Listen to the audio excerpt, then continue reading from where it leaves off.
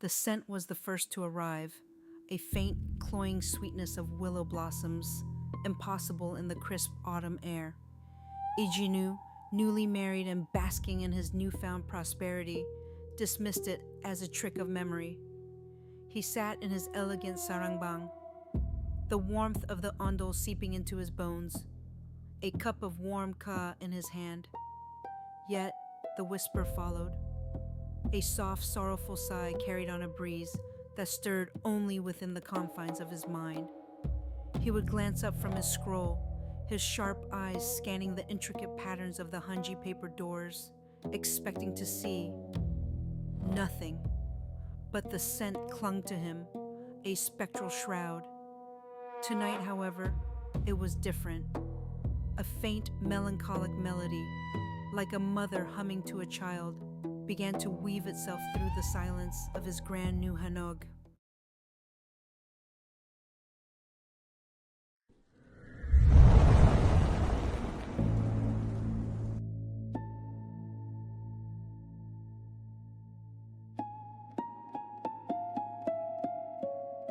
The ghostly lullaby was a stark contrast to the distant memory of another, happier tune, hummed by So-yeon beneath the sprawling willow by the river. Just a year ago, Ijinu had been a promising but impecunious scholar in Gyeonggi-do, his future uncertain.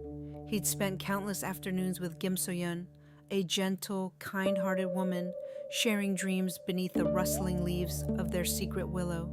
They spoke of a modest life, a small hanog, children. But Ijinu harbored a grander ambition, a burning desire for status and recognition that dwarfed all else. When the esteemed Bagdagam, a powerful minister, offered his daughter, Bagyongai, in marriage, and with her, a path to power, Ijinu knew he faced a crossroads. He visited So-yeon, his heart a knot of conflict, to deliver the crushing news. Beneath the willow, by the murmuring river, Ijinu had delivered his decision with a cold, clipped certainty that belied his inner turmoil. So-yeon, tears streaming down her face, had pleaded, reminded him of their sacred vows, of the life stirring within her womb. But the allure of a prestigious marriage to Bagyongae, daughter of Bagdagam, blinded him to everything else. He spoke of duty, of opportunity, of the impossibility of their future, and turned his back on her, walking away from the trembling woman and the unborn child, abandoning them both to the cruel winds of fate. He married Bagyongae in a lavish ceremony, bearing his past beneath layers of silk, prestige, and the imposing gyuatals of his new hanog. He truly believed he had escaped his former life, leaving its sorrows and complications behind. But the past, like a persistent shadow, refused to be buried. Days turned into weeks in Ijinu's grand new hanog, yet the unsettling whispers and the faint lullaby grew bolder. He began to find his prized inkstones subtly shifted on his writing desk, his scrolls unrolled to random passages, though no servant had entered his private sarangbang. Then, misfortunes began to plague his household. His new wife, Bayonge, usually vibrant, fell into a mysterious languor, her eyes hollow, her appetite gone. She complained of cold drafts in the warmest rooms and reported hearing strange cries at night, like a baby weeping. Ijinu, rationalizing, blamed the autumn chill, the stress of their new life, even the quality of the hanji paper. But the persistent, sweet scent of willow blossoms in his enbang mocked his attempts at reason. The subtle disturbances escalated into undeniable phenomena. Ijinu would catch fleeting glimpses of a pale figure in white, just at the edge of his vision, disappearing behind a maru, post, or through a hanji door. He heard So-yeon's voice, clear as day, calling his name from an empty madang, her tone filled with an unbearable sorrow. His attempts to focus on his studies, to impress Bagdagam, were constantly undermined by an oppressive weight, a profound melancholy that settled deep in his chest. His ambition, once a blazing fire, now felt like a flickering ember. Then, during a visit to the local market, he overheard hushed whispers from old women about a young woman who, heartbroken and pregnant, had drowned herself and her unborn child in the nearby gang, right by the old willow tree, not a year ago.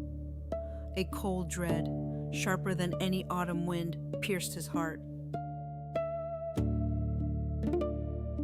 The chilling rumor, combined with the escalating hauntings, drove Ijinu into a desperate, furtive journey.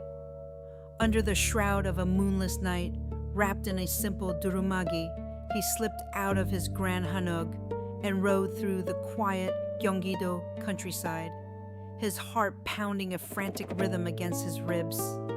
He found himself, almost against his will, drawn back to the familiar, sprawling willow tree by the gang. The air around it felt heavy, thick with sorrow. As he stepped closer to the water's edge, his foot kicked something small and hard.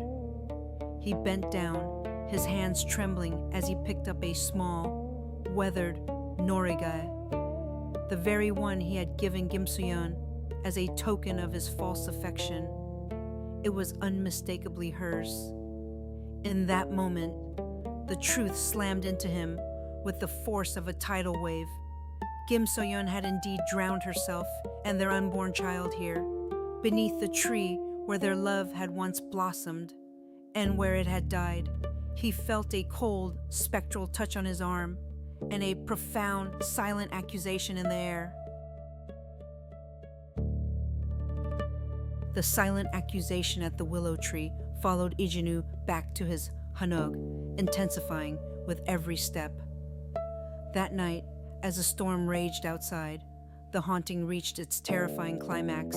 In the anbang, Bagyonge lay feverish, whimpering. Ijinu sat beside her, rigid with fear. The sweet, cloying scent of willow blossoms filled the room, overpowering. Then the ghostly lullaby grew from a faint hum to a clear, sorrowful melody that seemed to emanate from the very air. The hanji, paper doors to the ambang, slowly slid open, revealing So-yeon, a translucent guisin in soaking white sobog, her eyes, dark and bottomless, fixed on Ijinu. She didn't scream or rage. Instead, she slowly turned, her spectral form shimmering to reveal a small, ethereal infant clutched to her chest, a child with pale, unformed features, barely visible.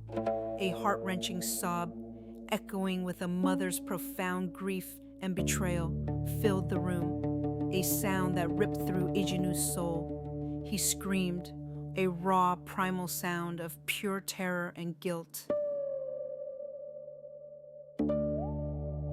Ijinu's scream echoed through the hanok, a testament to his shattered sanity. From that night onward, his once promising future crumbled. The haunting ceased to be a terrifying spectacle and transformed into a constant, crushing presence. The scent of willow blossoms never left his chambers, the faint lullaby a perpetual hum in his ears. He descended into madness, muttering incoherently about betrayals, weeping willows, and silent children. Bagyongae, deeply traumatized and still weak, could no longer bear his presence. His raving filled their once peaceful hanok with a palpable dread. Bagdagam, fearing scandal and the taint of madness on his family, quickly disavowed Ijinu, his prestigious career vanishing like smoke. Ijinu, once the ambitious scholar, was left a hollow shell, abandoned by all confined to his isolated rooms, perpetually haunted by the sorrowful Guisin of So-yeon and their unborn child, a profound justice, served not by violence, but by inescapable despair. Thus, the once ambitious Ijinu remained a broken man, a prisoner of his own guilt and the unyielding sorrow of So-yeon. His grand Hanog became a place shunned by all, an empty monument to a life destroyed by ambition and heartless betrayal. The willow tree by the gang, once a symbol of young love, now stood as a silent sentinel, its branches weeping over the tragedy it witnessed, its roots perhaps still drinking from the waters that claimed two innocent lives.